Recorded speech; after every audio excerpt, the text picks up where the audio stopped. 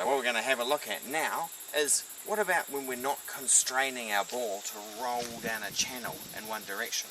What about if our ball's free to move in any direction it likes? So let's have a look what happens when this petanque ball rolls along and hits the other one.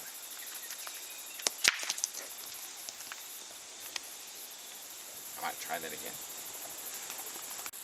Let's try that again. I want them to move a little bit further apart.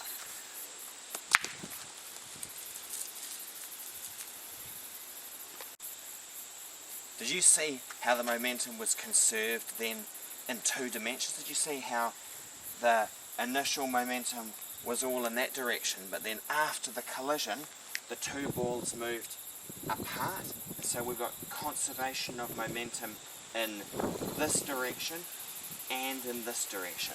And so we're going to solve conservation of momentum problems when there's more than one dimension just by conserving the momentum in every single dimension.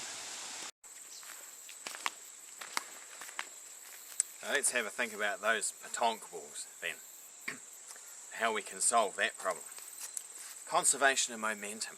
Last year, in just one dimension, forwards and backwards, left and right, momentum before the collision or the explosion was the same as momentum afterwards. Well, we can expand that to 2 dimensions just by conserving momentum in each of those dimensions.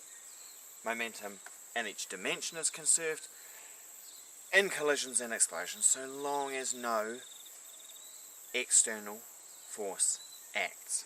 In other words,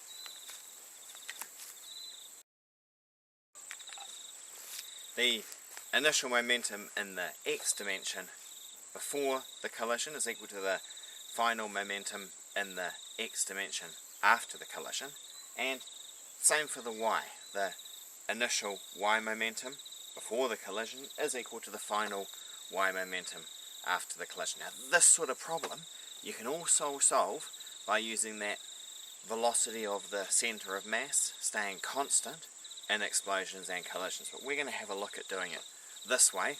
We're going to have to use vectors, and we're always going to have to break all of our motion into an x component and a y component in order to solve these problems. And it would work with z as well if we wanted to extend to 3 dimensions. Let's set up a problem like those petanque balls we just looked at.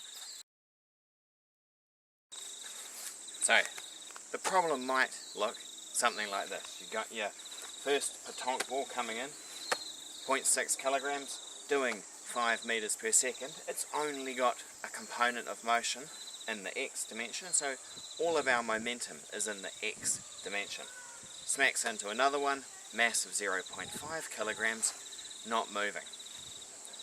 The final situation is that the black one, the one with mass 0.6, shoots off at an angle of 30 degrees, so it's going to have a little bit of y momentum and a little bit of x momentum. Speed of 2 meters per second. We've got to work out what does that red one do.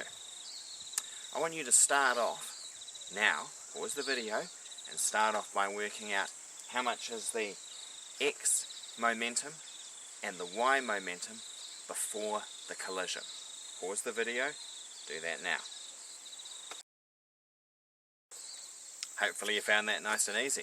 The x dimension, the black one, that's got 0.6 kilograms going at 5 meters per second, so 3 kilogram meters per second.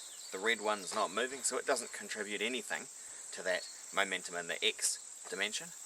And then thinking about the y dimension, well, neither of those balls is moving in the y dimension at all, so our initial y momentum is 0. Next step, we're going to have to work out that black one there, how much x momentum and how much y momentum has it got after the collision.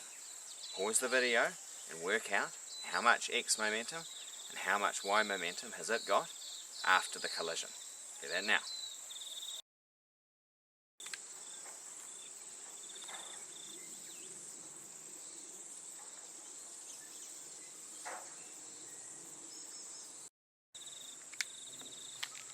So hopefully you did it something like this.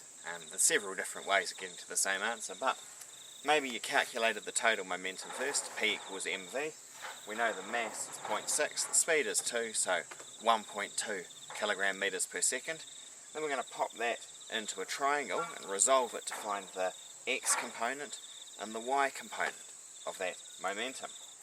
The y one is the sin component, because it's the opposite side of the triangle, and so that's really easy. We can do that in our heads. It's just half of 1.2, 0.6 kilogram meters per second.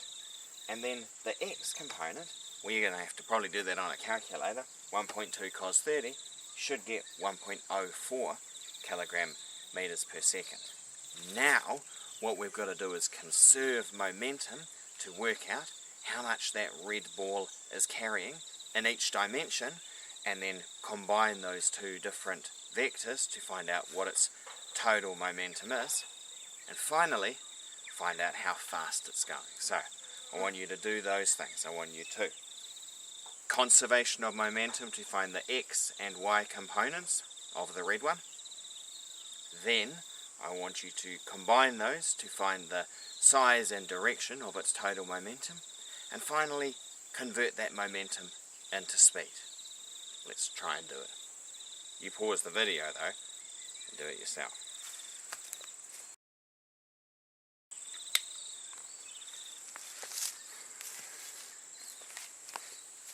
That's the first step there, working out the x and y components of the red one. First of all, the y component must be equal and opposite to the black one, because the total y momentum is 0 right from back at the start. We've got 0 y momentum at the start, we've got to have 0 y momentum at the end, and we can use vectors to work out the x component. Look, initially we had 3 kilogram meters per second. We know the black one is carrying 1.04, therefore the red one must be carrying 1.96. I'm going to make a bit of space here to draw a triangle for the red one.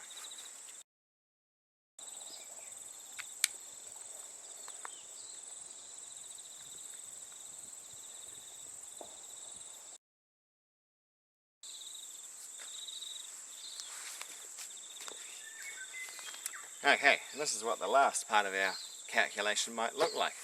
Start off by setting up a triangle with the two components of our red momentum, the x one, the 1.96, and the y one, the 0.6, opposite in direction to what the black one was, because it's equal and opposite, so that they cancel out to be 0. Then we draw those together, those vectors, nose to tail, and we solve them to find out how much the hypotenuse is, the combination of those two the two components using Pythagoras. We should get 2.05 kilogram meters per second.